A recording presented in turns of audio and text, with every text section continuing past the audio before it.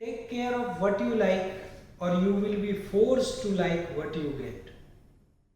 इन line से मैं शुरुआत करूंगा, मैं बता देता हूं। Take care of what you like और you will be forced to like what you get means आप उस चीज का ध्यान रखिए जो आप करना चाहते हैं या जो आपको पसंद है, नहीं तो आपको वो चीज पसंद करनी पड़ेगी जो आपको मिली है।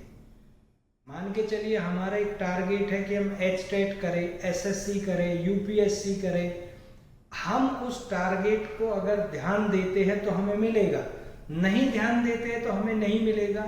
और प्यार तो हम एसएससी, यूपीएससी, एचटेट को कर रहे थे और हमें मिला क्या, जो हम नहीं कर रहे थे। यानी कि हमें एक छोटे लेवल पे कोई जॉब, काम कोई छोटा बड़ा नहीं है, लेकिन मान के चलिए सपना तो ये था, मिल गया ये, अब उसको प्यार करना पड़ेगा forcefully. You will B force, मैं कह रहा हूँ, पारिवारिक जिम्मेदारियां, घर वालों का दबाव, आपको वो चीज करनी पड़ेगी।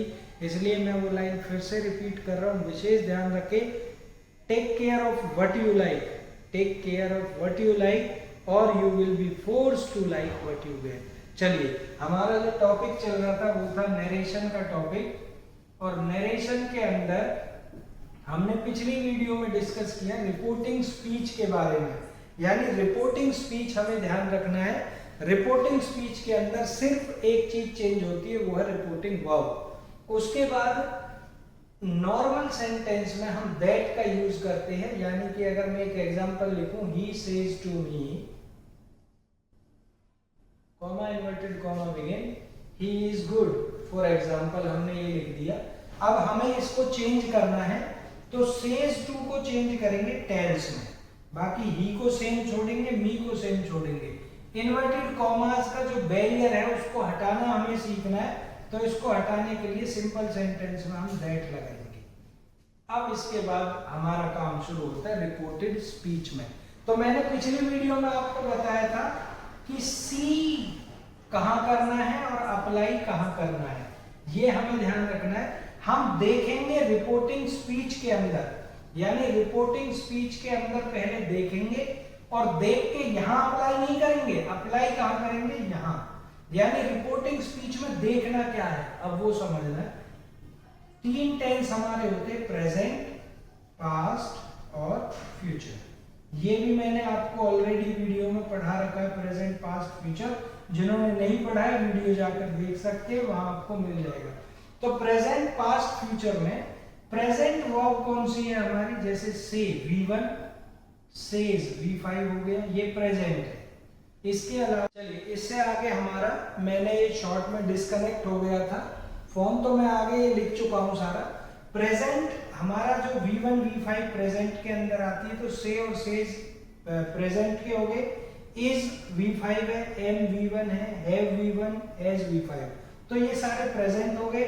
सेकंड फॉर्म पास्ट हो गई और ये विल शैल फ्यूचर के आ गए। यानी अब हमें सी कहां करना है, रिपोर्टिंग स्पीच में क्या सी करना है कि ये वर्ब कौन सी है, ये वर्ब है V5, यानी कि टेंस हमारा क्या है, प्रेजेंट। अब यहां से देख के फिर इधर हमें अप्लाई करना है। अप्लाई क्या करना है, अगर सेंटेंस यानी प्रेजेंट हो या फिर फ्यूचर हो, प्रेजेंट और फ्यूचर हो, तो उधर नॉर्मल सेंटेंस कोई भी चेंज नहीं करना होता, नो चेंज हम कहेंगे।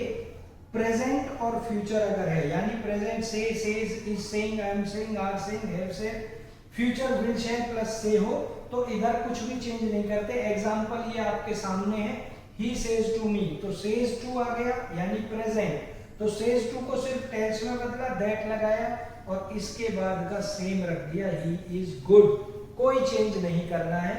अभी मैं आपको बता दूं, यहां तक का आपने जो किया है उसको थोड़ा नोट कर लीजिएगा, समझिएगा। आज एक थोड़ा सा अर्जेंट काम आ गया है, इसीलिए मुझे निकलना पड़ेगा, उसी की वजह से डिस्कनेक्ट हुआ था फोन, क्योंकि एक इंपॉर्टेंट कॉल आई थी। तो अभी मैं निकल रहा हूं, लेकिन आप लोग आज की वीडियो के लिए इतना ही आपको ध्यान रखना है कि हमें सी कहां करना है, अप्लाई कहां करना है, प्रेजेंट की वर्ब कौन सी है, पास्ट की कौन सी है, फ्यूचर की कौन सी है। इसके बाद प्रॉपर तरीके से नेक्स्ट वीडियो में मैं अच्छे से सारी चीजें समझाऊंगा।